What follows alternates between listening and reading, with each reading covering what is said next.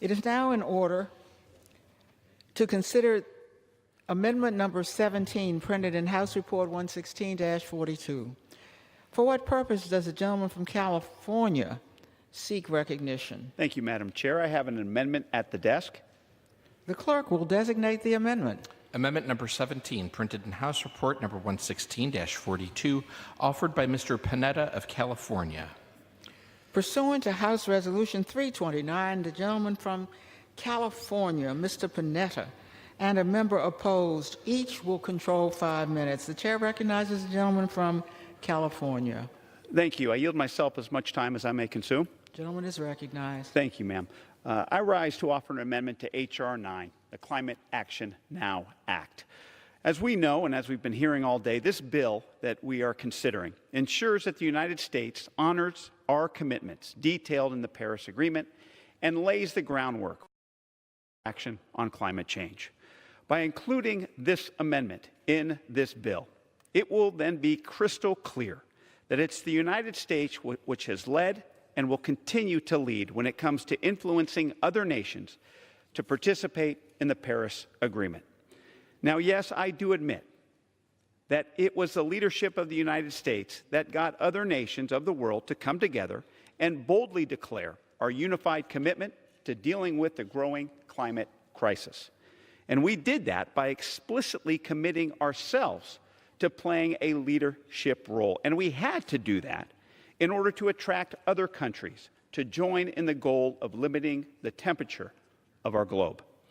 That's why the United States gave structural and directional leadership with ready greenhouse gas reduction targets and a vision for institutional design principles. Moreover, in our efforts to entice other nations to be a part of the deal, the United States made recommendations for financing adaptation, energy investment, and support for developing countries.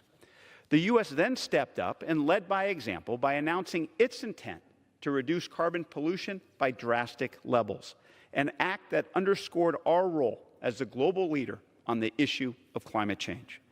It was that American ambition, that American action that encouraged other nations around the world to set their sights and their standards higher and to be bolder on the most pressing issue that we face when it comes to climate change.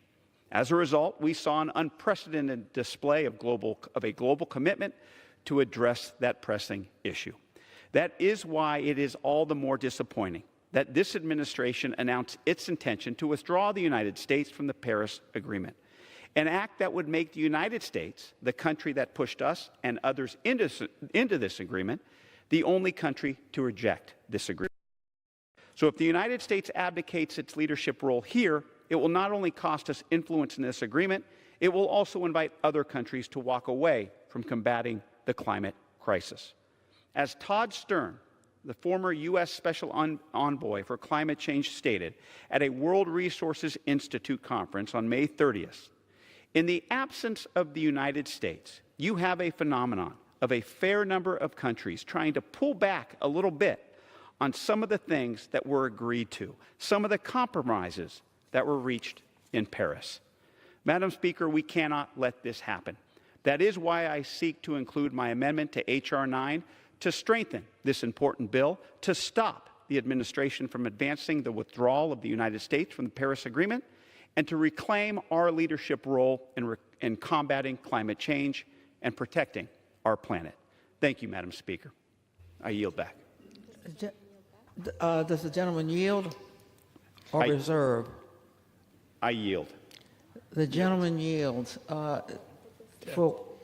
For what purpose does the gentleman from Texas rise? Madam Chair, I claim time in opposition to this amendment. The gentleman is recognized for 5 minutes. Thank you.